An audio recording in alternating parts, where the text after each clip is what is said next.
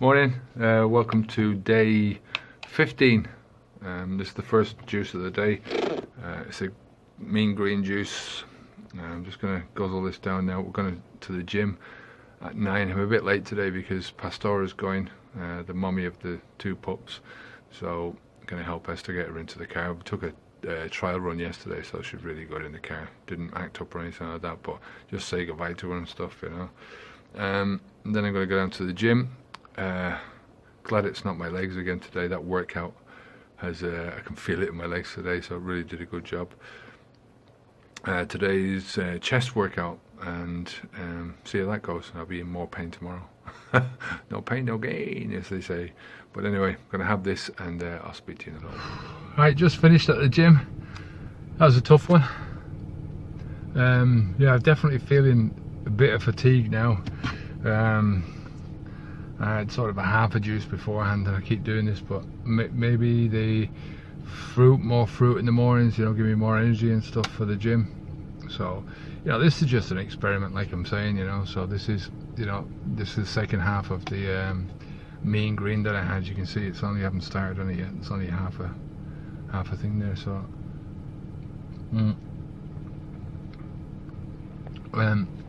there's 2 apples and an orange in there, but there's just not enough fruit. I think I just need a lot more fruit juice going in, especially with this new regime now. So the new regime is basically legs on Monday, chest today, you know, so a lot of working until the final thing that I had to do today for chest was to do press-ups until fail, and I could only manage 3 press-ups on my knees. My arms were just gone. You know, there was no energy left in my arms at all. So chest today, arms I think tomorrow, Thursday with Jose, and legs on Friday. This week I won't be doing Jose on Sunday because I've got the chiropractor on Friday. It's a temporary thing. I mean, it's been working so far, so once a month go back to the chiropractor. So I'm going to drink this, and I'm going to go for a walk and do a couple of videos, I think. And I'll speak to you later on. Alright, bye. So I've been having a few food cravings lately. I mean, I'm 2 weeks into this now. This is day 15, so almost halfway through. And I thought it's a good time to talk about cravings. You know, a lot of people, once you start out on something like this, you start out with a bit of momentum on your side because you've got a goal to achieve. You want to get through it, and you know, that can keep you going for a few days. But after a while, as with anything else, you know, whether no matter what you're trying to change in your life or what you're trying to achieve, you know, the change itself is going to cause discomfort, and sometimes that discomfort is going to come in the form of cravings. In this case, it's food cravings. So one of the things that I suggest that you do is just to step outside of yourself, you know. I don't mean like in some transcendental way. I mean, stop what you're doing and just take a step back and take a look at what's really going on inside. Take a look at what's happening within your own body, within your own mind, and you'll find that most often than not, the feelings, the cravings that you're getting are nothing more than a few tingles in your stomach, or you know, the physical cravings themselves are not that bad, never that bad, you know, unless you're starving yourself to death and then your body is trying to fight you on this. Then most of the cravings that you get are going to come from your mind, and it is really your mind over everything else, you know. So you have to look at the whole thing. Keep your goal in mind for a start. You know, what you focus on is what you get, basically. So if you focus on the cravings, if you focus on the negative aspects of this, then you know, you're going to get more of that. You're going to create more of that yourself. You're going to exacerbate it. You're going to increase the feelings, you know. So if you picture a big sort of a dial in your head, you've got the chance to lower that dial or to raise that dial, depending on what way you look at it, and what mental framework you're looking at this through. So always try and look at this through as positive a perspective as possible. And one of the ways of doing that is to focus your mind on the goals that you want to achieve, right? In the terms of this 30-day reboot, I'm trying to achieve the goal of losing weight, right? And when I'm talking about hunger, the basic drive, the need is to find food, right? But with a 30-day juice reboot, what you're trying to do is you're trying to trick your body into believing that it's not getting any food, right? That it's only getting water. You're getting all the nutrients that you need out of that water, right? Because it's coming straight out of plants, but your body doesn't know that. So your body is going to start burning fat. The fat on your body is the energy that is stored there for use. How are you going to get rid of that energy if you don't do it this way? This is what you have to ask yourself if you're trying to lose weight. Your body has stored this fat for a reason, right?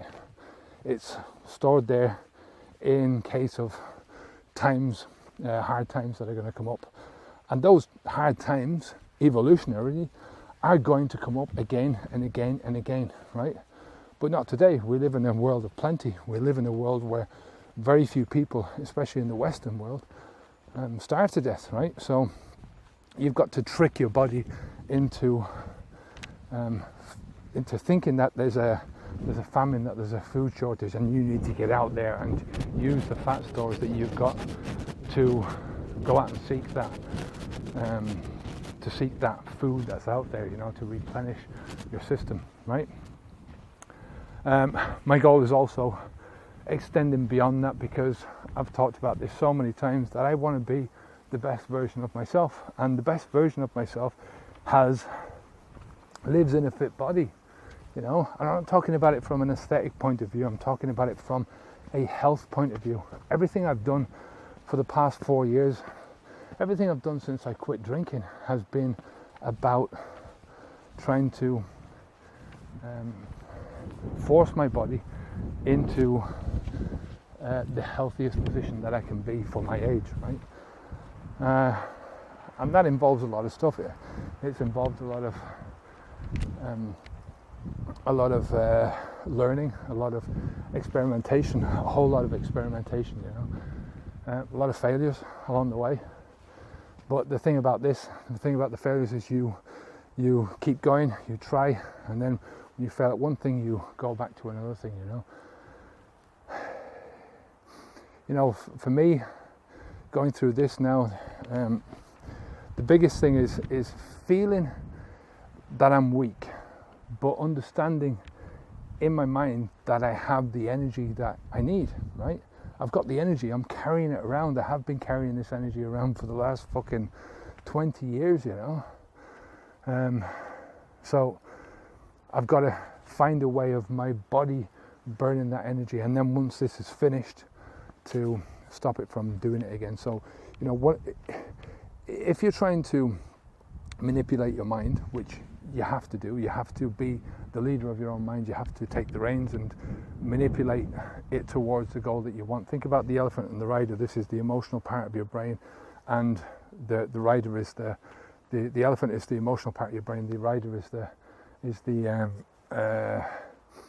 the logical part of your brain, and the rider is trying to lead the emotional part. The emotional part is trying to look for the easy way out, for the path that's already been trodden before, and it's done the same thing over and over again. The habits of your life, that's what drives your habit, this emotional part of your mind.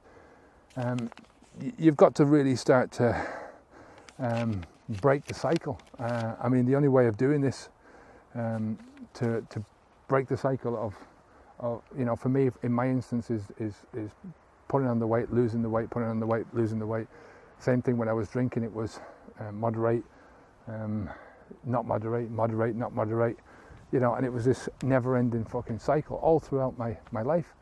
That's the problem with moderation. If you're trying to moderate on something which is destructive, like alcohol, it's going to bring you back to the same thing, and you have to do this forever, right? if you're trying to lose weight, right, you've got to do this once, right? And then figure out once you've dropped the weight, right? I figure out I'm going to drop, by the end of it, maybe 15, 16, 17 pounds by the end of it, right? So the end figure is going to be higher, right? When I weigh in at the end of this on day 30 or day 31, the figure is going to be higher than 16 or 17 pounds. I expect it to be in the range of 24, 25. But once I start eating again and start putting solid food into me, if I weigh myself the next day, then automatically I'm going to put on 4 or 5 pounds, right? Because of the food that's going into me, right? So I expect that, right? What I'm trying to do is kickstart that thing of losing the basic 15 pounds, get rid of the belly as much as I can, then carry on hitting the gym, and trying to live then according to different rules, right, than I was before. I'm figuring them out slowly. I'm trying to make a plan slowly. I'll talk about that when I get to day 23, 24, that kind of thing. But you know, your cravings are only in your head, so don't worry about it. Just push past them as best you can, right? Remember, mind over matter, right? Your mind is leading you wherever you want to go, right? Don't let the emotions lead. Let the logical part of your mind lead the emotions, right? Try and push down the emotions as much as you can, right? I'm not talking about repressing emotion, you know, that kind of thing. I'm not talking about that. I'm talking about getting control of your emotions, right? And understanding that it's not as bad as it seems. It's only discomfort, right? Cravings are only discomfort, right? They're just your brain trying to get you to do something that your logical part of your brain doesn't want to do, right? Because it wants to lead you down a different and better direction. So keep an eye on the goal that you want to achieve. Get to that goal at the end of it, and you'll be right. So I'm going to carry on with this walk now. I'm going to do another video for the mastermind group, and I'll speak to you later. Bye. Back home again, and I've just made a juice. This is not a mean green. This is melons, some of that Santa Claus melon. There's 2 apples in it, a pear, and some pineapple, and a lot of spinach as well. But it tastes lovely. Definitely need the sugar today. I've been feeling weak because I was trying to do the vegetables earlier on in the day and stuff like that, and it's not a great idea at all. So having this now, and see you in a bit. This is juice number 3. What I've got here is one of the vegetable juices with sweet potato in it and carrots and so on and so forth. I put an onion in this one for the first time. It's just a spring onion, like not one of the mad looking proper onions.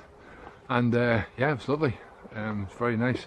Now I've noticed a big problem that I have to resolve tomorrow and the next day, and that's that I'm just not drinking enough. I'm sort of getting around.